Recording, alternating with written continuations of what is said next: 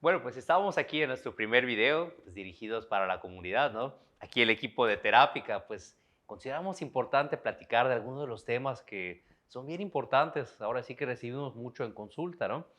El día de hoy, pues queríamos platicar, departir un poco, ¿no?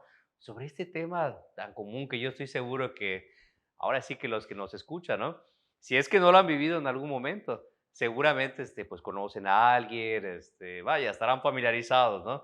Esto que le llamamos la dependencia emocional, ¿no? O sea, bueno, no sé, colegas, si a ustedes también les ha tocado, ¿no? Con los consultantes, esta parte de ir trabajando, ¿no? Lo que está muy sonado, ¿no? Es que tengo esta persona que no me conviene, pero no la puedo dejar, es narcisista, a veces escuchamos mucho de este tema, ¿no? ¿O cómo ven ustedes, ¿no? Respecto a eso? Definitivamente es un tema muy recurrente en terapia. Creo que esa es una de las situaciones que además de que ocurren con mucha frecuencia, las personas tal vez no se dan cuenta cuando caen en esta dependencia emocional. Entonces, sí, sí. Sí, ¿no? O sea, como, oye, pero es dependencia, estoy enamorado, ¿no? O por ejemplo, ¿tú cómo lo has visto en consulta? ¿Te ha tocado así de repente ver que no es dependencia, ¿no? Yo siento que es más como enamoramiento, o va a cambiar, o no De sé. hecho, muchas veces sienten que aman a la persona, ¿no? De verdad, llega un punto en que dicen, no, es que yo lo amo y por eso voy a dar todo por él y creen que el desvivirse y el doblegarse ante la persona, eso les va de alguna forma mantener a la persona con ellos y que la persona se llegue a enamorar de ellos, que los ame. O sea, tienen esta idea de que cuando hago cosas, y por estas cosas es por lo que me aman, o por lo que voy a hacer que esa persona me ame. Cuando realmente pues es una distorsión, porque realmente el amor no tiene nada que ver con lo que haces en ese sentido, ¿no? No ganas el amor de alguien, no puedes comprar el amor de alguien, valdría comprar su amor. Y está buenísimo también, ¿no? Porque es también cómo entendemos esa parte de amor, ¿no? O sea, eso que tú mencionas, yo creo que a muchos nos puede pasar, ¿no? Decir, bueno, yo estoy convencido que hay amor, ¿no? Y hasta incluso creo que también se da mucho que te dicen, es que no te conviene, ¿no? Seguir, ¿no? Y ya lo sabes, pero qué difícil, ¿no? Es muy humano, yo creo, esta parte de aferrarnos a esta idea, de querer seguir, ¿no? Aunque tal vez en el fondo pudiéramos sentir como que no nos conviene o estamos viendo las famosas red flags, ¿no? Y de hecho, ahora que lo comentó Mariana, algo que también se me hace como muy importante es esta parte de los pensamientos.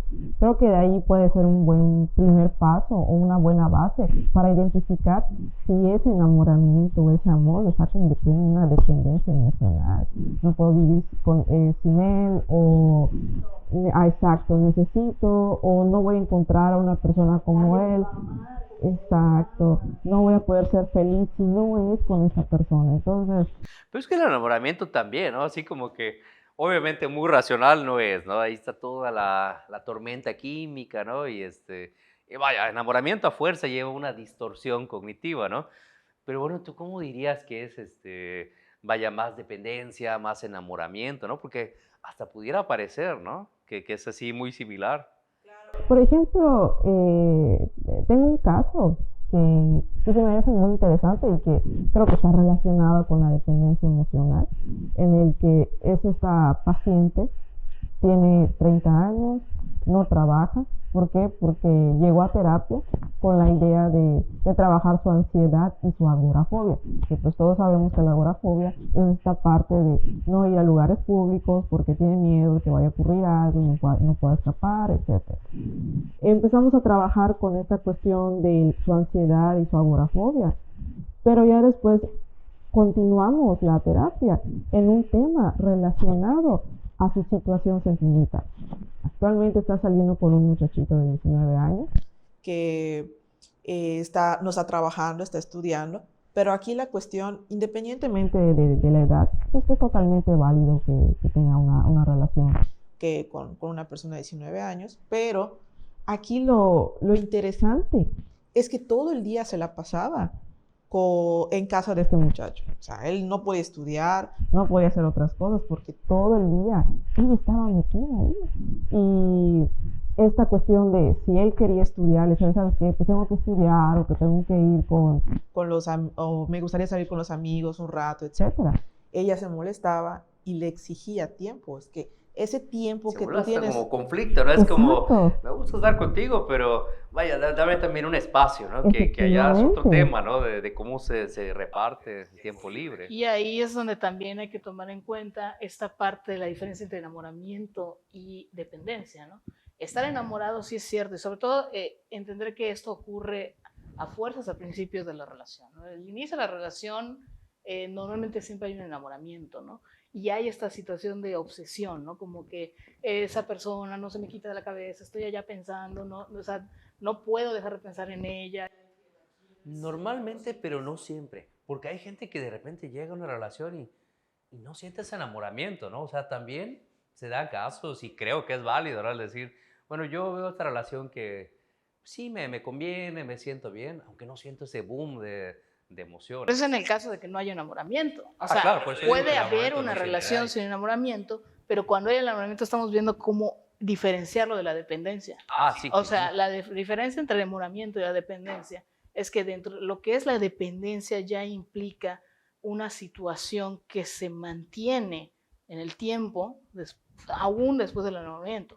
Y además incurre en ciertos temores, ¿no? Te tengo un terror, miedo, de quedarme solo, de no volver a sentir que alguien me pueda llegar a amar, o sea, muchas inseguridades, o sea, la inseguridad de decir, chispas, si con esta persona no va a ser nunca más, y tiene que ser esta persona, o sea, el enamoramiento, hay esas como mariposas y pienso en ella y todo. Hay inseguridades. Ay, no puedo sin esto. Y más allá del enamoramiento, ¿no? O sea, pasa el tiempo y aún así tengo la constante duda de que voy a perder a esa persona, ¿no? No sé si, por ejemplo, en estos casos que mencionas, ¿no? Tú veías esa línea de pensamiento. Definitivamente. Y ahorita que estés comentando esto, Mariana, creo que las sustancias químicas están haciendo de las suyas, ¿no? Entonces, porque como dijo Daniel, la cuestión de, bueno, hay personas que no sienten ese amor desbordante, etcétera. Bueno, ok, es válido, pero la cuestión de la dependencia está muy asociada con estos miedos que bien comenta Mariana. Entonces, no está ocurriendo nada, o sea, todo está yendo bien en la relación, la otra persona ni siquiera se le viene a la mente, voy a terminar con ella porque hizo esto o pasó esto, un ejemplo, pero la otra persona, o sea, está trabajando así a toda velocidad su pensamiento, esa rumiación, ¿no? Híjole, porque ocurrió esto, porque, no sé, por ejemplo, en el caso que les estaba comentando, él quiere ir con sus amigos, ya no le intereso, o prefiere estar con ellos, cada día me quiere menos. Entonces, estos pensamientos distorsionados obviamente contribuyen a esta dependencia emocional. ¿Y qué es lo que ocurre? Que la otra persona, para no perder supuestamente a su pareja, empieza a tener ciertas conductas. Y nuevamente, la otra persona es cuando ya empieza a sentir este ahogamiento y dice, bueno, pues nos vamos a detener un momento. Pero la otra persona, en vez de decir, bueno, pues voy a cambiar esas conductas o voy a como tratar de analizar qué es lo que está ocurriendo de una manera más objetiva, lo único que hace es contribuir y perpetuar el patrón. Le llamo... Me alejo más, ¿no? Y me estás buscando y como necesito esa reafirmación, ¿no? Y yo me siento sofocado. Entonces cada vez que me alejo, ¿no? Como que reafirmo esa duda que tienes, ¿no? Exacto, ¿no? Entonces, llamo 30 veces a la otra persona, 20 por las noches, que si lo voy a ver, le tiro piedras en su ventana para que entre y podamos hablar y pueda recuperarlo, etcétera. Está, ¿no?, en línea y no me ha contestado. Exacto, y otra persona, otra mujer también está en línea. O sea, y obviamente ahí surge que digo, no es crítica esto a las personas que lo sienten, ¿no? Digo, es muy humano y son retos que cualquiera se puede enfrentar. Sí, es parte del crecimiento, eso también, ¿no? Cada persona está en un desarrollo distinto. O sea, todos somos adultos, ¿no? Pensando en una relación adulta, ¿no? pero cada adulto está en una etapa distinta en su desarrollo, a pesar de, ¿no? Cada uno a su ritmo va desarrollando. Parte de llegar a esta madurez implica que esta persona pueda superar estos miedos, estas inseguridades, estas dependencias, ¿no? Digamos que es muy normal, hasta cierto punto, el que haya estos miedos, que haya estas inseguridades, pero no significa voy a consentirlas, no significa voy a dejarme llevar por todo esto, porque pues eso implica un comportamiento más infantil, ¿no? El niño normalmente tiende a dejarse llevar por sus emociones, cuando está enojado golpea, grita y muerde incluso, ¿no? Pero la diferencia entre el niño y adulto es que el adulto se puede enojar y puede estar molesto, pero no va a recurrir a este tipo de conductas para demostrar su enojo. Bueno, ahora sí que en un plan así de que sí, ya tengo trabajado todo, ¿no? Pero la realidad es que muchas veces se recurre a estas estrategias, ¿no? Porque algo que seguramente querrán saber, pues vaya, nuestra comunidad que nos está escuchando es, ok, ya sé que eso no me conviene. Ahora, ¿cómo le hago para que, vaya, no caer en estas situaciones de control, de dependencia, ¿no? ¿Tú qué opinas? ¿Cómo reforzamos ese tema, ¿no? Que es tan común. Desde mi punto de la parte, pues digamos, humanista, que es la que yo manejo, muchas veces recurrimos a esta parte, primero que nada, de explorar un poco también la parte de la infancia, ¿no? Muchos de estos comportamientos tienen que ver con heridas de la infancia, que desarrollan ciertos tipos de apegos, ¿no? Hay los apegos, lo que serían los apegos inseguros y el apego, digamos, que se busca, que es el apego maduro, que es el apego, ¿cómo es? El famoso apego seguro, ¿no?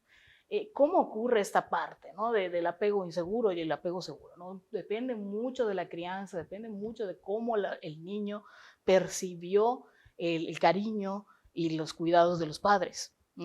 Percibió, ¿no? Porque a veces el papá puede hacer muchas cosas, ¿no? Pero ¿cómo lo vive el niño, no? Eso va a ser determinante, ¿no? Exactamente, y mucho también tiene que ver con el temperamento del niño, con cómo los padres también manejan ese temperamento, ¿no? Y de hecho, en muchas ocasiones, los temperamentos complicados, los temperamentos más, esos niños que son más problemáticos, que son más efusivos, más hiperactivos, tienden a no llevar muy bien esta situación de apego y se vuelven adultos que tienden a tener apegos inseguros, ¿no? Apego ya sea de la parte del apego ansioso o el apego evitativo, que son los dos tipos, y hay otros más, pero bueno, los principales que antes se dan en esta situación de dependencia y que se enganchan mucho. Pero tú como terapeuta humanista, ¿no? O sea, estas famosas heridas de la infancia, ¿no? ¿Tú lo ves que tienen más como esta carga emocional o es más de pensamiento, ¿no? Porque a lo mejor nosotros lo vemos más como un proceso de aprendizaje, ¿no? Pero... Hay parte de aprendizaje, pero en realidad hay mucho, y es mucho tiene que ver la parte emocional, el cómo estamos hablando del desarrollo del niño, ¿no? El cerebro se desarrolla de alguna forma, ¿no? El desarrollo de la infancia afecta mucho en cómo el niño va a percibir el mundo, ¿no? Y más bien el adulto va a percibir el mundo, porque durante su infancia está su desarrollo. Estamos hablando de primer año de vida, a los 5. Y desde eso también el cerebro está siendo afectado. Cómo la madre trata y se siente con el niño se siente con la madre en esos momentos incluso de la gestación. De hecho, una historia clínica exhaustiva hace preguntas con respecto a el embarazo, si fue prematuro o si llegó a término, porque este malestar, no sé, por ejemplo, una paciente que haya tenido un bebé y el bebé haya nacido con su, ¿cómo se le llama? Como el cordón umbilical. El cordón umbilical, exacto, que enrollado en su cuello, eso puede generar esa estrés en el feto y eso a largo plazo puede generar un problema neurológico o hasta incluso en esta parte de la personalidad, ¿no? Del temperamento. El temperamento. Está muy influenciado, o sea, mucho tiene que ver este desarrollo del cerebro. Sí, o sea, yo soy humanista, pero también veo la parte científica, ¿no? También veo la parte donde el cerebro está muy, muy ligado al comportamiento. Entonces, si el niño, no sé, por ejemplo, tuvo una madre que era ansiosa, que llevaba una tipo de vida donde continuamente está estresada y se siente violentada o está en una situación donde tiene que trabajar y que esto afecta al niño, o sea, a fin de cuentas, ¿no? La madre estresada hace que el niño se estrese y hace que el cerebro se desarrolle en ese estrés. Entonces ese desarrollo en ese estrés hace que al final el niño nazca con un temperamento pues, bastante estresado, o sea, con ansiedad, con molestias, con agresión, con que no puede controlar sus emociones. O sea, ¿por qué? Porque fue afectado incluso dentro del vientre. Y durante el crecimiento del niño, el crecimiento de las conexiones neuronales, hace que también esto, dependiendo de cómo se lleve, se corrija o no se corrija. O sea, la madre o te genera un apego seguro o te da en la misma. En la misma, exactamente. y es que, o sea, sí tendemos a sentir que culpamos a la madre. No, hay que entender también. Ajá, son humanas las mamás, ¿no? Claro. Las madres, ¿no? Las madres hacen lo mejor que pueden, son humanas y tienen hacen lo posible, siempre buscan lo mejor de sus hijos, pero a fin de cuentas, pues somos seres humanos y tenemos muchas situaciones, muchas debilidades y muchas donde nos tropezamos, ¿no? Entonces, por más que intentemos hacer lo mejor que podamos, de todas formas salen cosas de ahí que no están muy bien. Pero, a fin de cuentas, sí afecta, o sea, sí afecta al hijo, pero el niño, también hay que entender que el niño también de alguna forma tiene ciertas protecciones, ¿no? De alguna forma, los niños pueden lograr cierta resiliencia, ¿no? A pesar del ambiente, pero esto depende mucho también de la parte donde, ¿cómo se llama? Por ejemplo, la nutrición, hasta eso, ¿no? El cerebro también es un órgano, es el cuerpo, si la madre no llevó una buena alimentación, si el niño no está comiendo adecuadamente. Somos una combinación del entorno, pero también de lo que vamos aprendiendo y desarrollando, ¿no? Puede que ayude o perjudique a su resiliencia, pero en realidad el niño tiende a tener mucha resiliencia, mucha fortaleza. Claro, y creo que también está relacionado a que por eso ya de adultos se nos es un poco complicado acordarnos de varias cosas que nos ocurrieron en la infancia, en el pasado, porque si nos acordáramos de todo lo que nos pasó, pues creo que pues no estaríamos. A veces ni lo relaciona, ¿no? Oye, sí es cierto esto que estoy viviendo, ¿no? Si parece un poco como me trataba mi mamá, mi papá, ¿no? De repente, ahí es donde vamos haciendo conciencia, ¿no? De estas heridas de la infancia. Esta es en la parte consciente. O sea, eso es cuando el cerebro ya tiene esta parte consciente. La conciencia ya empieza por ahí a los 3, 4 años. La fase anterior a la conciencia también afecta a las emociones. De hecho, es la que principalmente afecta a las emociones, porque es esta etapa primaria es donde se está gestando la parte, o sea, se está desarrollando la parte más antigua, más primitiva, más inicial de lo que es el cerebro, lo que es la amígdala, lo que es el tálamo, toda esta parte principal en ese desarrollo inicial, que te digo, desde el vientre hasta los 3 años, que nosotros no tenemos conciencia de esto, pero eso no significa que el niño no está siendo afectado, o sea, al contrario, pero le afecta más profundamente, es decir, le afecta en esa parte emocional, primitiva, que no tiene que ver con la conciencia, porque la conciencia se va desarrollando después. O sea, no hay una idea, un pensamiento de mi mamá no me quería, o sea, no hay esa estructura, pero lo asociamos, ¿no? O sea, emocionalmente puedo sentir ese rechazo, eso de no sé si mi mamá va a estar o no, o sea, que es de repente lo que pasa, no sé si mi pareja va a regresar, ¿no? Son unas cosas que no sabemos por qué, pero ahí están como latentes, ¿no? Entonces, y esa es la parte que yo normalmente en mi corriente humanista es lo que intentamos trabajar, las emociones, ¿no? O sea, sí es importante el pensamiento, de alguna forma combino un poco la parte cognitiva, porque sí es necesario de alguna forma como también vigilar o tomar en cuenta el tipo de pensamiento que se tiene, pero esa es la parte consciente, esa es la parte que podemos usar para ayudar a la parte inconsciente, a la parte más primitiva de uno, ¿no? O sea, Esta parte animal, yo les comento mucho a mis pacientes, esto es como tener una mascota interna. Así, se oye así muy feo, pero es que es nuestra parte animal, nuestra parte más primitiva, nuestra parte que funciona más en cuestión de las sensaciones, de las experiencias. Entonces, el trabajo en sí es con las emociones, pero no quiere decir que no podamos usar la parte consciente, los razonamientos, las creencias que estás utilizando, que están afectando a esa parte inconsciente, ¿no? Pero, o sea, esto es una parte del trabajo, pero el trabajo principal es siente, vive, acepta, valida lo que sientes, conecta con eso, porque si no conectas con eso, no lo puedes trabajar, ¿no? Si yo me niego a que tengo una herida en la pierna, está la herida ahí sangrando, pero no me lastimé, estoy bien, no me pasa nada, ¿qué pasa con esa herida? Sigue sangrando, te puedes morir de sangrado, si deja de sangrar, aún así la forma en que se está curando al final termina siendo también contraproducente porque te da infecciones, te enfermas, te da pus, puedes hasta perder la pierna, o sea, por no querer verlo, no quiero verlo, no quiero, entonces, y si no lo ves no lo puedes tratar. Pero, ok, yo ya vi que tengo esa herida en la pierna, ¿no? O sea, ¿cuál es allá el antiséptico, el antibiótico? Porque, bueno, igual podría decirte el parche, ¿no? Pero no se trata de parchar, ¿no? Vaya, ¿cómo trabajo?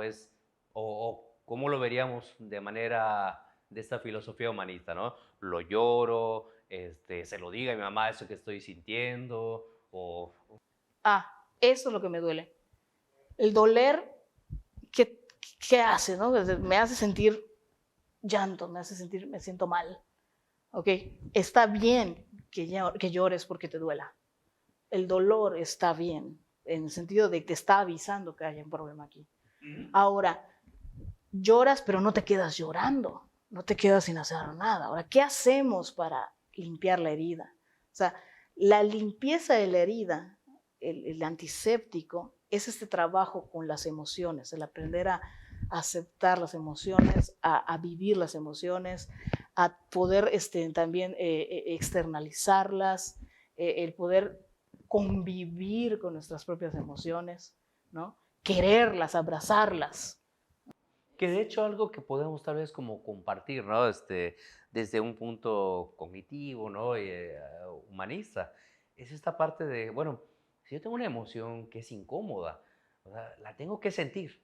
Eso es lo que va a permitir que se vaya al fin y al cabo, ¿no? O sea, no hay emociones, como a veces coloquialmente se dice, positivas o negativas. Hay agradables o incómodas o desagradables, ¿no? Pero hasta esas desagradables, ¿no? Bueno, o sea, si me siento triste, necesito a lo mejor ese apoyo, ese soporte, ¿no? Esa ira a lo mejor para porque siento que algo es injusto, ¿no? Entonces, como dices, esta parte de sentir las emociones y al vivirlas, las dejamos ir para que vaya, ¿no? Pueda dar paso a otras cosas. Dejar ir, es importante dejar ir, ¿no? Ver la herida y poner el antiséptico no significa que continuamente te la estás tallando, ¿no? Por eso déjala ir, ya le pusiste el antiséptico, déjala ir. Parte de también ejemplo de esta herida, el vendaje, ¿no?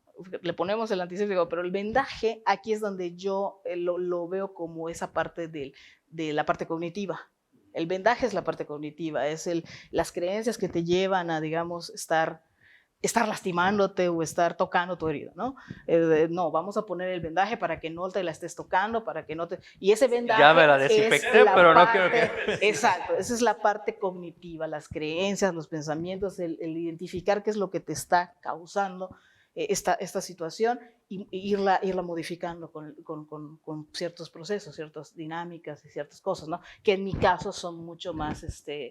busco que sean vivenciales, busco que sean más simbólicas, porque trabajo mucho con esta parte, como dices, del inconsciente. Y entiende, les explico muchas veces, mira, la mente inconsciente, la mente más primitiva, entiende no como entiende el consciente. El consciente entiende con lógica, palabras, entiende como digamos la parte que pues, lo que estamos acostumbrados a utilizar, ¿no? El explicarnos, el poner el razonamiento, que es bueno, se usa, pero el inconsciente también necesita entender, pero su entendimiento es a través de otro tipo de lenguaje.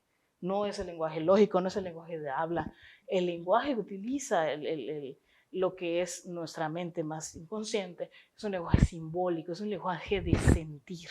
Entonces, por eso ciertas actividades que parecieran como, ay, qué tonto es eso, ¿no? Por ejemplo, como por ejemplo, pues sabes que pues de niño no te dieron el cariño y no sé qué, bueno, vamos a hacer una intervención más como de meditación guiada, ¿no? Y cierra tus ojos, respira, siente tu cuerpo, no sé qué, esta parte de la conexión. Y bueno, y luego cuando pasan estas cosas de la herida, no me siento bien, siento que no me querían, siento que, bueno, ok, sientes que tu mamá no te quería, pero ahora puedes quererte, ¿no? Una forma de asumir la responsabilidad también. Ese cariño, abrázate, ¿no? Abrázate, te quiero, me quiero.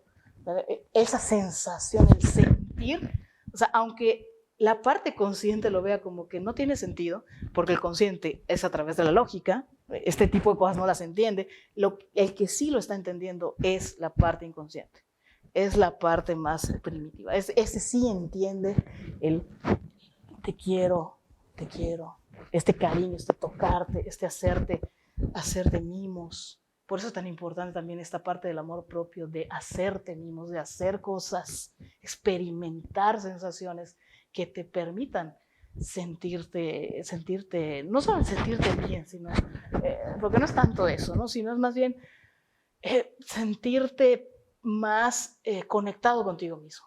O sea, tú lo ves de esta parte tal vez como hasta simbólica, ¿no? Pero no sé si, por ejemplo, tú lo ves de otra manera, variar a su momento, ¿no? Tú comentabas, el cognitivo es más como esa venda, ¿no? Pero, vaya, desde un punto de vista cognitivo, ¿crees que intervenimos también en este proceso de sanación de la herida y no solo de la protección? Claro, definitivamente. Algo que comentaron es la cuestión de que a veces cuando tenemos una herida, pues no tenemos como sensaciones muy agradables. Pero, ¿qué es lo que ocurre? Que hay personas que empiezan a caer en conductas evitativas. Exacto. O no quiero sentir ese dolor, o, no sé, recurro al alcohol. O no me siento bien, busco a la persona inmediatamente o trato de contactar un ejemplo, ¿no? Entonces, esto lo único que genera es una perpetuación de ese malestar. Cuando nosotros vamos interiorizando y aceptando que hay momentos en los cuales no vamos a estar bien, eso nos ayuda a disminuir el dolor que tenemos, ese sufrimiento. Entonces, otra cosa también, desde la perspectiva cognitivo-conductual, creo que las teorías, pues sí, cada una tiene su nombre, pero tienen muchas cosas similares, ¿no? La cuestión de que, por ejemplo, la dependencia emocional, bajo la perspectiva cognitiva, se le llama como teoría de esquemas, modos. Ahora bien, nosotros como niños, cuando a partir de que pues nacemos, como comenta Mariana, y vamos creciendo, tenemos ciertas necesidades que tienen que ser cubiertas. Autonomía, validación, la cuestión de las emociones, el poder expresar tus sentimientos, el hecho de que tengas un apego seguro y que obviamente no haya, pues ya sea maltrato físico o psicológico. Entonces, si no se cumplen alguna de estas necesidades, se generan ciertos tipos de esquemas. Niño vulnerable. El niño vulnerable se refiere al hecho de que cualquiera me puede lastimar. No puedo confiar en las personas porque las personas pueden acercarse y hacerme daño. Niño enojado, de que el niño expresó o no podía expresar sus sentimientos de enojo y ya luego ocurre que en la adultez, al momento de expresar ese enojo, es cuando viene la disfunción, porque, por ejemplo, ¿no? Pues el famoso caso de los videos de Lady 100 pesos, ¿no? No sé qué. Son personas que se necesitan buscar ser satisfechas. Y esto ocurre pues, durante la infancia. Entonces, por ejemplo, el niño vulnerable, que es un término que se utiliza en la teoría de los esquemas, habla de que como las personas no estuvieron para cuidar a este niño, siente que el mundo lo ve como un peligro, lo ve que lo van a lastimar. Si una persona se acerca y quiere socializar o se fija en esta persona y quiere como salir con esta persona, me alejo. ¿Por qué? Porque probablemente me va a hacer una mala jugada o me va a decir cosas, me va a lastimar. Y no tengo una confianza básica, ¿no? Exacto, exacto, esta desconfianza. Entonces, hay el otro, ¿no? El niño enojado, que tampoco puede expresar estas emociones cuando está enojado porque, no sé, se enoja y los papás o le dan sus cosas, lo que dicen, sí, pues ten, ¿no? O puede ser lo opuesto, que lo invalidan, exacto, lo cortan. ¿Y qué es lo que ocurre? Pues me imagino que han visto los videos de esto de Lady 100 pesos, o de videos de personas que se enojan y empiezan a tirar cosas en una tienda, o tiran la comida al mesero o a la cajera, etc. Ese tipo de cuestiones es un esquema maladaptativo. ¿Por qué? Porque está canalizando ese enojo en situaciones que pues obviamente afectan a las demás personas. Bueno, sí, autolímites como adulto, ¿no? Pero límites también cuando estás niño, de que empiezas a tirar cosas, ¿no? Y mamá, papá no saben qué hacer, ¿no? Cómo, pues desde ahí no se trabaja esa autorregulación, ¿no? Claro, y uno de los esquemas principales es el de la privación emocional. Okay. Me siento triste, mamá. Me pasó algo en la escuela, un niño se burló de mí y eso me puso muy triste. O sea, no tiene sentido lo que estás diciendo, estás exagerando. ¿Cómo puedes estar triste por esa cosa? O, por ejemplo, ¿no? Mi amiga me dejó de hablar.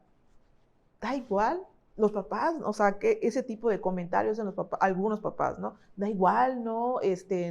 Estás exagerando, solo buscas manipular, no te debe importar, etcétera, ¿no? Y viene la invalidación y obviamente se les priva de esta manera de poder expresar sus emociones. ¿Qué es lo que ocurre? Que cuando son adultos, obviamente no todos los adultos, si que tengan este problema, van a reaccionar de la misma manera. Hay términos como la sobrecompensación o el rendirse ante el esquema. ¿Y a qué se refiere? Por ejemplo, este esquema de niño de privación emocional. Puede ser que la persona en la adultez busque esa validación emocional en otras personas. Y empieza a exigir tiempo, empieza a exigir que pasen, que lo quieran, que le digan 10 veces al día que lo quieran, un ejemplo, ¿no? Pero también puede ser que haya otras personas que tengan una situación similar, pero se rindan al esquema. ¿A qué se refiere? No voy a mostrar mis emociones, estoy saliendo con la otra, exacto, se blindan, ponen una coraza, ¿no? Entonces, algo que comentó en el psicólogo Daniel, que también se me hace muy importante, que el hecho de que tal vez nosotros describamos qué es lo que ocurre, no significa que estemos invalidando o que digamos, oye, pero ¿verdad? Está muy mal todo esto, ¿no? ¿Por qué? Porque cuando una persona tiene esa clase de conductas, para esta persona de verdad lo está sintiendo emocionalmente, sus pensamientos, o sea, van en conexión, pues se siente mal, triste. Entonces, y tal vez llega un punto en el cual se normaliza, o sea, como que lo ven como algo que, pues forma parte del repertorio, ¿no? Entonces, desde la perspectiva cognitivo-conductual y de la teoría de esquemas, uno de los pasos más importantes es esta parte de la validación, pero también un término llamado reparentalización limitada, que encuentra en el terapeuta la manera en la cual puede expresar sus sentimientos si es que se limita. Un lugar, espacio seguro. exacto, Sí, ¿no? un lugar de confianza, ¿no? Entonces, ya después de eso, pues la parte de que nosotros practiquemos la psicoeducación, que es platicarle de este tipo de modos o esquemas que ocurren. Porque si llega el paciente y te dice, no, pues es que no puedo vivir sin esta persona, lo necesito en mi vida y no voy a ser feliz si no está esta persona.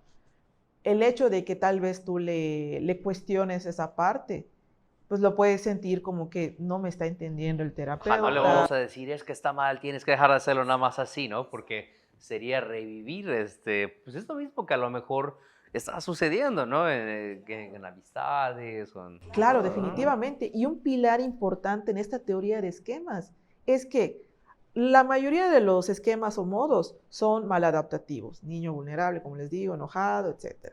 Pero hay un esquema que se le llama adulto saludable. Entonces, se busca hacer una comparativa. Ok, Ya identificamos que tienes características relacionadas, por ejemplo, a la privación emocional de un niño abandonado, ¿de acuerdo? ¿Cómo sería interactuar con un adulto saludable? ¿Cómo sería tu adulto saludable? ¿Qué diría el adulto saludable a este esquema maladaptativo de niño abandonado? Como que, ¿qué esperabas tú de los adultos, ¿no? Y aplicarlo contigo, ¿no? Ser ese adulto que tú esperabas que no te dieron, ¿no? No tuviste ese adulto. Vamos nutriendo ese niño que llevamos, ¿no? Entonces esa parte de tú darte ese lugar, dar tomar esa responsabilidad y ver que realmente puedes con esa situación, ¿no?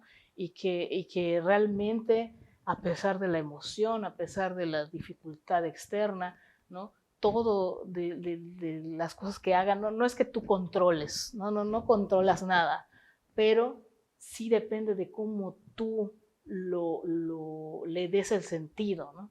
Cómo tú tomas esta situación y cómo tú le das el significado, ¿no? Y ahí sí puedes controlar eso, ¿no? No puedes controlar lo que pasa, no puedes controlar a la gente, no puedes controlar tu entorno, pero puedes de alguna forma manejar y cambiar tus esquemas, cambiar tu percepción, haciendo ciertas técnicas, ¿no? Ciertas cosas que te ayuden a cambiar la perspectiva, ¿no? Cuestionarte, hacer mucho de esto también tiene que ver con esta parte de la relajación y internalizar y conectar, ¿no?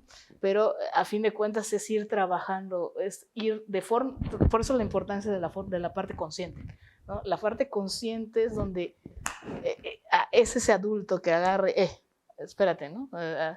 Vamos a relajarnos, vamos a ver qué es lo que está pasando, o sea, Porque la parte consciente también es la que lleva mucho esta parte flexible. O sea, algo que nosotros consideramos mucho, ¿no?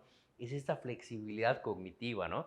Porque tal vez el esquema rígido viene un poco como decías, ¿no? El mundo es amenazante, todo va a ser malo, ¿no? Y es que hasta ese ejemplo que tú ponías, ¿no? De la invalidación, muchas veces se da, o sea, sin querer, ¿no? Sí, hasta entre adultos, ¿no?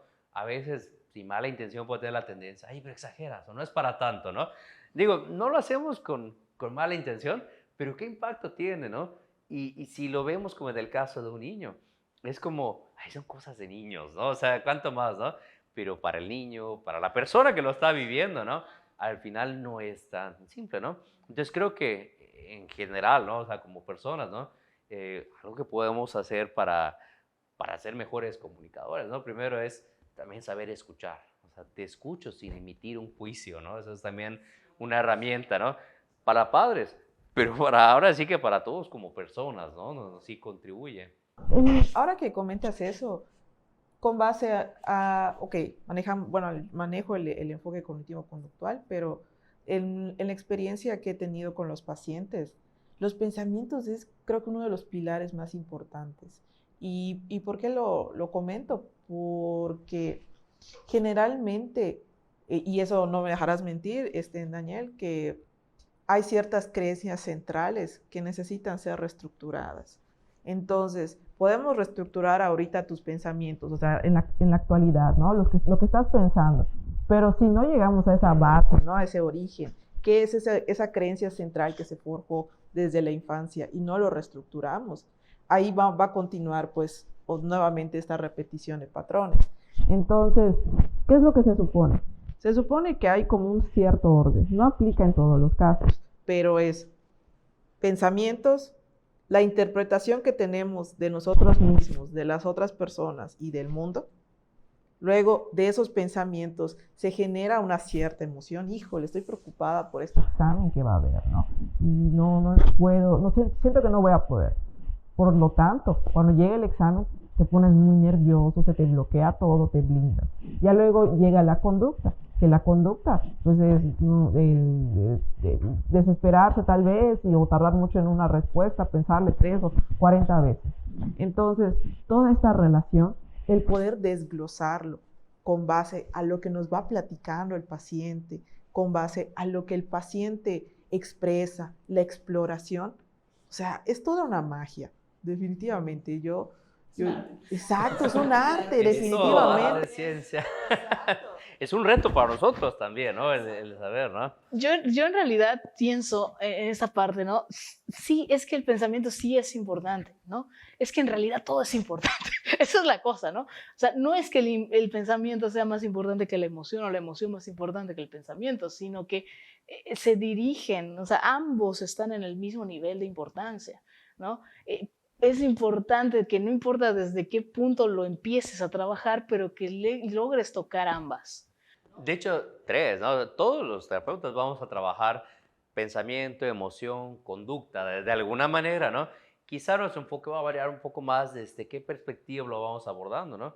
Pero creo que más importante es que no es tanto nosotros cómo lo queremos manejar, ¿no? Sino que ahora sí que la terapia es como cortada a la medida de la persona. O sea, no podemos hacer moldes, sino tenemos que ver la persona con qué llega, qué necesita, ¿no? Y de ahí nosotros también, pues poder hacer ese match, conectar, ¿no? Para abordar sus necesidades. No precisamente la terapia va a estar enfocada solo en pensamientos, ¿no? Puede ser que en las primeras sesiones se trabaje esta parte, pero ya después se trabaje la cuestión emocional, el que él pueda vivenciar ciertas emociones, como por ejemplo una persona que tiene un problema con respecto a fobias, ¿no? Le tiene miedo a las serpientes.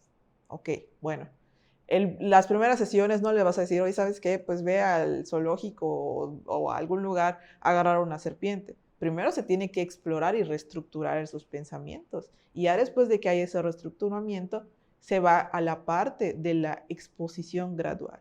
No sé, pues, aunque te genere incomodidad, no precisamente vas a ir a agarrar una serpiente, pero podrías, no sé, ver, no sé, un libro que trate sobre eso, un ejemplo. La serpiente es el ex aquí en la dependencia emocional.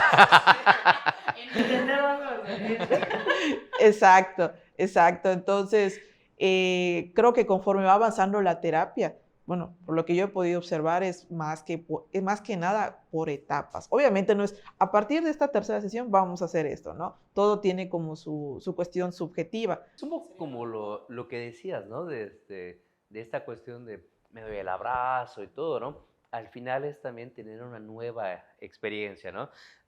Esta tal vez quizá un poco más simbólica, ¿no? Y en el caso de la exposición, ok, tal vez ya que me preparo, ahora sí voy a hacer una exposición, digamos, como en el medio real, ¿no? Pero como bien mencionas, ¿no? Creo que sí necesitamos primero una preparación, o sea, no es como aviento ahora sí que no sé, al ruedo, sin preparación, ¿no?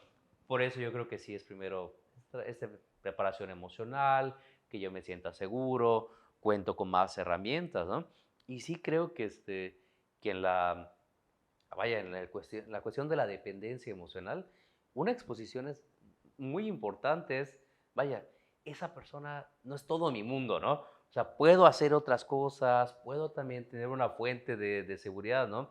Y yo sí creo que una creencia limitante, vaya, es eso, ¿no? O sea, es todo o nada, ¿no? Mi pareja, estoy segura, si mi pareja, me siento completamente perdido o perdida, ¿no? Entonces el explorar, el tener otros círculos, tanto de amistades, familiares, si no hay ninguno de estos, también aprender a estar solo, ¿no? Eso es necesario. Pero es parte de ese trabajo emocional, ¿no? Para poder vencer esa dependencia, ¿no? Ya. Bueno, colegas, pues ahora sí que yo creo que algo que necesitamos también, ¿no? Pues es escuchar a nuestra comunidad, ¿no? ¿Qué les parece si también nos damos ese espacio para escuchar qué dudas hay, qué nos quieren compartir?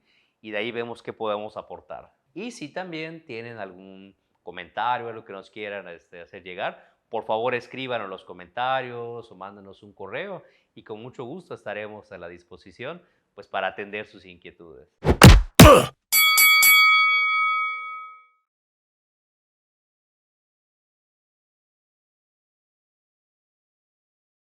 Vaya, pues Yo creo que esa pregunta que nos plantea, ¿no?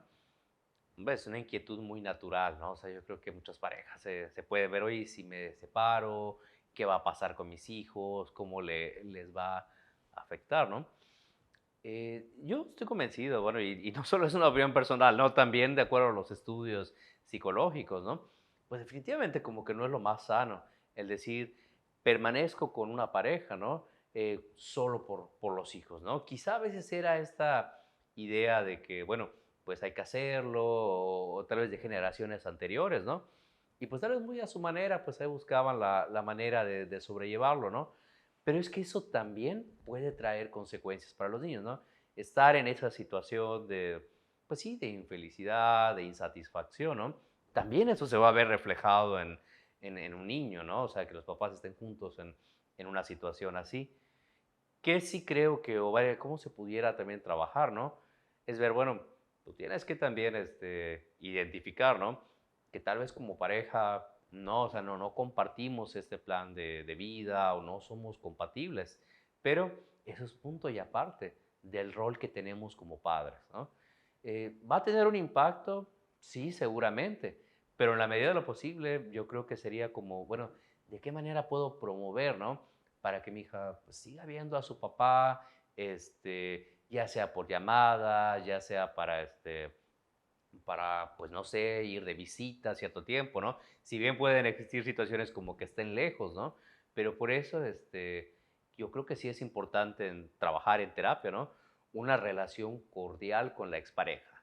Tal vez no necesariamente ay, amistosa o que tengamos que seguir siendo pareja, ¿no? Pero sí cordial, sobre todo para que de manera asertiva se puedan establecer acuerdos y que la niña, pues ahora sí que no la afecte, ¿no? Eso es lo que yo manejaría en terapia, ¿no?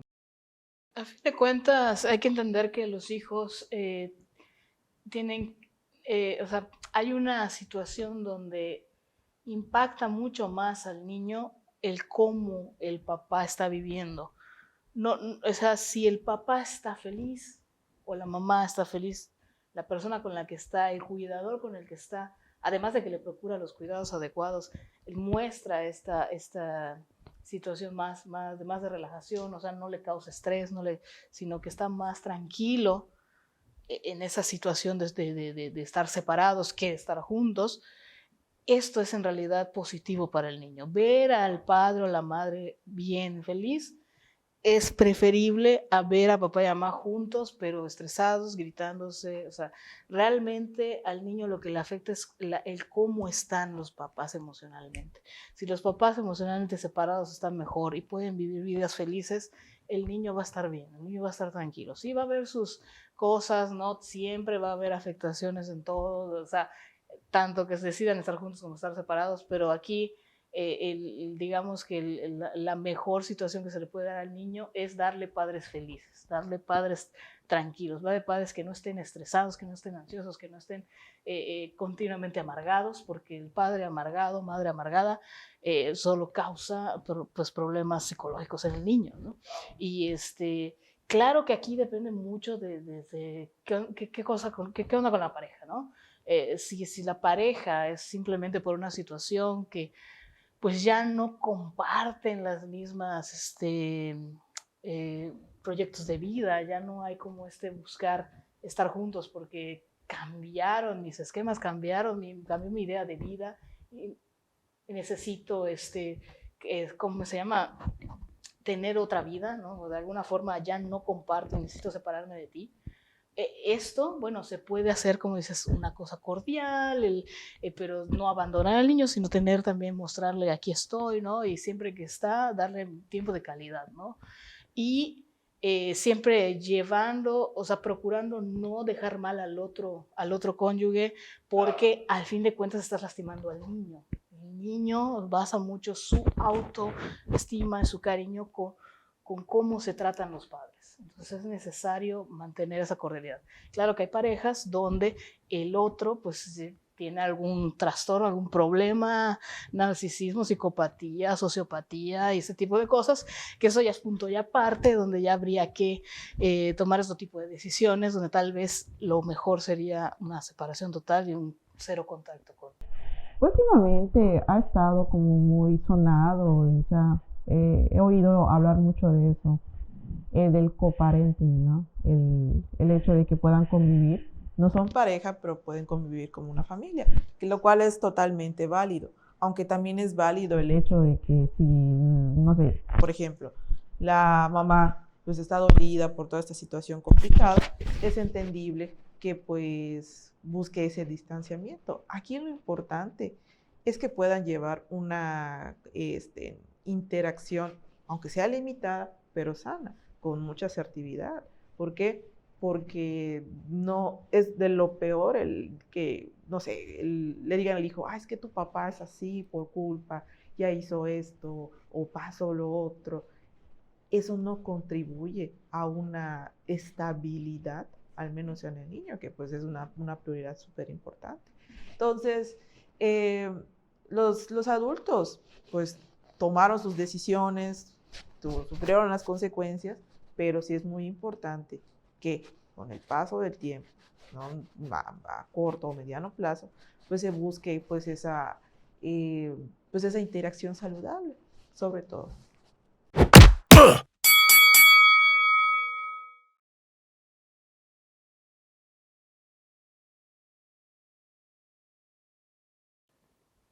Ok, ¿cómo trataría este caso?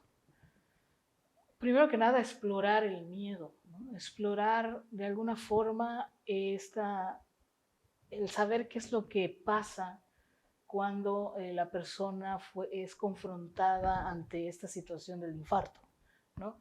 Cuando sentiste el infarto, cuando pasó esto, qué cosas sentiste, cómo lo viviste, explorar esta parte de la experiencia de la persona, ¿no? Y ver cuál es su perspectiva ante eso, ¿no? Pues tuve mucho miedo a que me iba a morir ¿no? Y explorar esta parte de la muerte. Muchas veces en la sociedad como que hay mucho tabú al respecto, ¿no? Y no se le da el espacio importante y necesario ante este tema, ¿no? Y mucha gente, o sea, eso es como les digo, el ser humano le teme a lo que no conoce, ¿no? Y si no lo conoces, le vas a tener miedo. Entonces, vamos a empezar a conocer la muerte, vamos a empezar a conocer la situación que estás viviendo, qué es lo que qué es lo que pasa, ¿no? ¿Qué es lo que pasa? Tanto de conocer también esta parte médica de los infartos y cómo detectarlos, ¿no? Pero a fin de cuentas es muchas veces el temor a la muerte, ¿no? Y empezar a darle un giro un poco más realista de alguna forma, pero que sea más aceptar el hecho de que la muerte es parte de la vida, ¿no? Y que al ser inminente es importante darnos este tiempo de pensar en nuestra propia muerte y que no tiene nada de malo el sentir cierto miedo, pero entender que el miedo en sí mismo no es el morir, ¿no? A veces el peor miedo no es morir, sino el peor miedo es el no haber vivido, ¿no? Y explorar esta parte, buscar el vivir plenamente, el vivir el aquí y el ahora y el aprender a ir experimentando la vida de tal forma que pues, la muerte ya pues, es algo más, ¿no? Pues bueno, Mariana, esto que tú mencionas, ¿no? Yo lo veo así, vaya, ¿no? Súper importante, ¿no? Como explorarlo definitivamente. A veces la ansiedad está muy relacionado, ¿no? Con esos temores a la muerte, ¿no? Mira, aparte de esto, ¿no? Yo creo que pudiera ser interesante en terapia, ¿no? A lo mejor este esquema de pensamiento, ¿no? Bueno, y qué es lo que lleva, ¿no? A esas jornadas tan largas, ¿no? O sea, qué necesidad, qué función está cubriendo, ¿no? En el sentido de, ¿podría haber allá algún pensamiento absoluto de, si no trabajo demasiado, entonces no soy importante, no soy valioso, ¿qué pasa si dejo de trabajar, ¿no? Siento que, estoy desperdiciando mi talento, estoy desperdiciando oportunidades, ¿no? Como esas ideas que pueden ser de todo o nada, ¿no? Son las que no es desecharlas, tirarlas a la basura, pero sí definitivamente hacerlas más flexibles, ¿no? Y en el caso de, por ejemplo, cuando hablamos de incorporar hábitos, ¿no? Bueno, pues esto va de la mano, ¿no? Para que yo pueda incorporar un nuevo hábito, lo tengo que ver como algo accesible. O sea, si quiero decir, bueno, trabajo 12 horas, ¿no? Y ya solo voy a trabajar medio tiempo y todo, ¿no? Como que se va a sentir así, no, no me adapto, ¿no? Tengo que irle bajando gradual y tengo que ir incorporando, tal vez mejor si me duermo siempre a las 2 de la mañana, primero una semana a la 1, haciendo una higiene del sueño, ¿no? Pero todo que se pueda ver como algo accesible para adquirir el hábito, ¿no?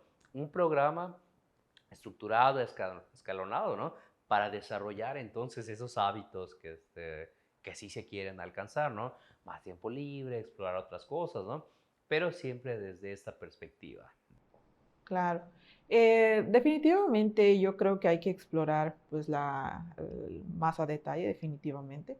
Pero aquí sí, pues yo podría o podríamos empezar a desglosar la parte del pensamiento, de la emoción y de la conducta para conocer un poquito más a detalle qué es lo que está sintiendo. Porque ahorita o sea, tenemos esta idea de que podría sentir miedo, probablemente, pero puede ser que él lo interprete como una emoción distinta, preocupación, frustración, etcétera.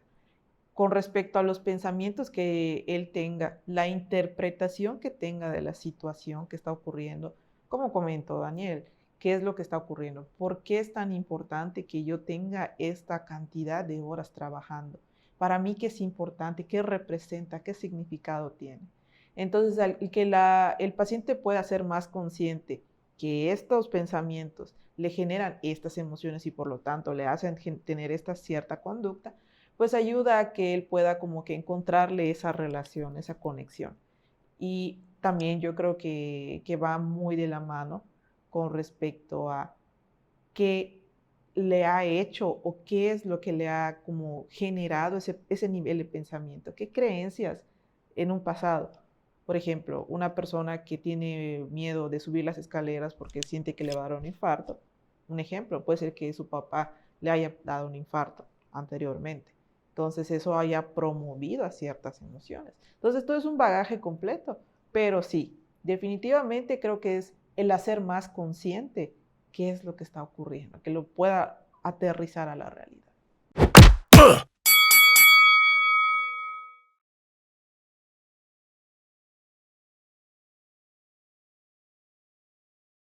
Pues me da la impresión que pues tiene ciertos como rasgos ansiosos y como con nada más para recapitular, pues la ansiedad pues se caracteriza por eso, por la cuestión de pensar a futuro, imaginar cuestiones a futuro, ¿no? Me habla el jefe mañana, una junta, híjole, me van a decir algo negativo, me va a ocurrir algo, y eso nos genera unos ciertos síntomas. Entonces, a mí yo creo que trabajaríamos o se trabajaría, sería importante trabajar con esos pensamientos ansiosos. Es como lo he trabajado con algunos pacientes, ¿no? Imaginar, ok, ¿cuál es tu escenario catastrófico? No, pues que va a ocurrir esto, lo que. Ok, muy bien. De las veces anteriores que has sentido ansiedad y has imaginado esos escenarios, ¿cuáles de todos han ocurrido realmente, no? Y es cuando acá empiezan a cuestionarse, ¿no? Oye, pues no, la realidad no. Obviamente esta reestructuración cognitiva no significa que después de esa sesión ya no, por eso no tenga ansiedad, es toda una constante, continuar, hasta que el pensamiento real o el pensamiento más objetivo vaya agarrando más fuerza y el catastrófico vaya disminuyendo. Entonces, yo por esa parte lo vería. E igual, ¿no? Ya para ir como cerrando esta idea, los pensamientos, y también se lo manejo a mis pacientes, son como una especie de hipótesis. ¿Qué es lo que se tiene que hacer con las hipótesis? Bueno, pues refutarlas, buscar esa evidencia a favor, buscar esa evidencia en contra. Entonces, esa línea de pensamiento hace que cada vez nos vayamos acostumbrando a no solo simplemente aceptar el pensamiento, sino también analizar qué tan probable es. Ok. Pues yo igual escuchaba, bueno, lo que nos plantea aquí de esta persona, desde la comunidad. Eh, Independientemente de que pudieran haber allá como cuestiones, sí, tal vez rasgos clínicos de ansiedad, de depresión, posible, no sabemos, ¿no? Habría que que explorarlo más a fondo, ¿no? Yo esto lo veo más desde una perspectiva de una crisis existencial, ¿no? Al fin y al cabo, ¿no?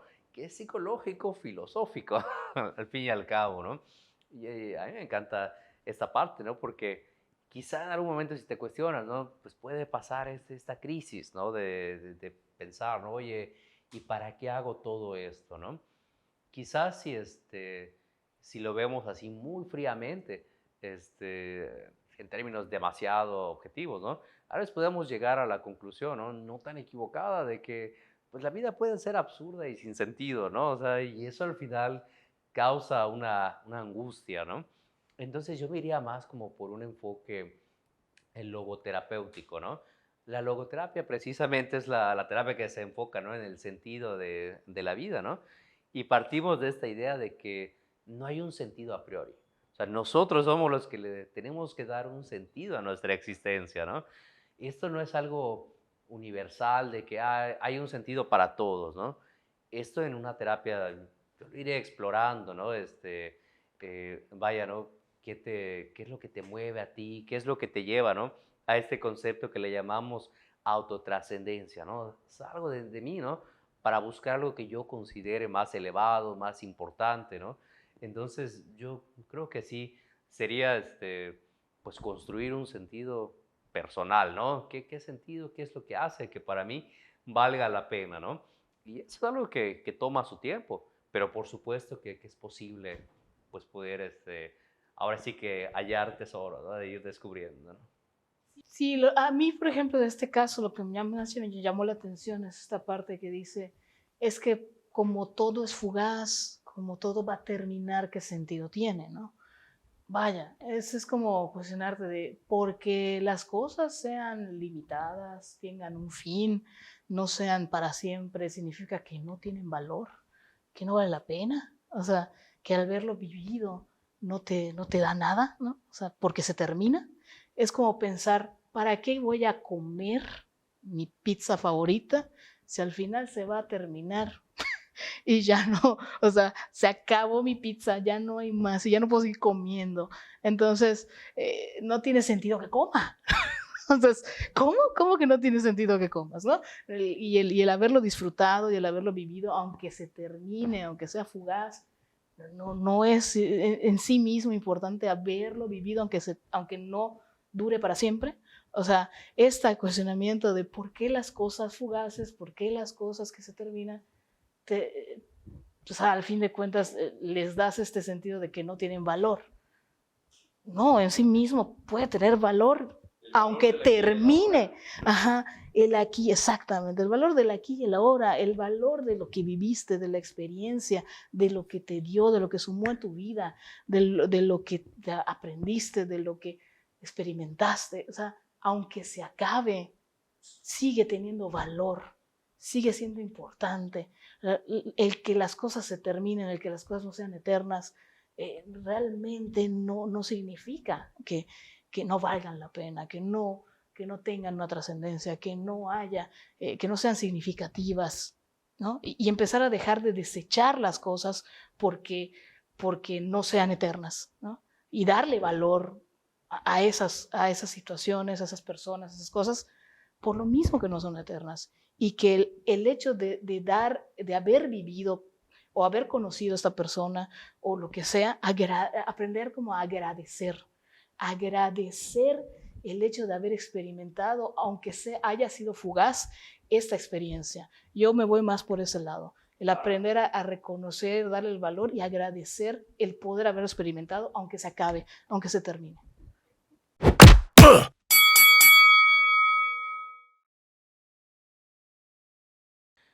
Bueno, colegas, pues ahora sí que creo que ha sido un tema muy interesante, ¿no?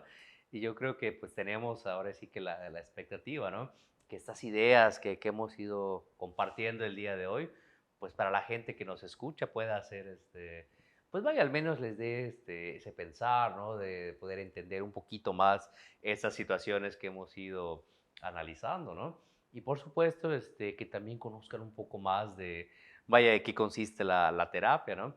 Y muy importante para nosotros que lo vean como pues ese lugar seguro. Entonces quedamos al pendiente, Si tienen alguna duda o comentarios, lo pueden escribir y estaremos atendiendo pues estas dudas, estas opiniones en próximos videos. Pues hasta la próxima.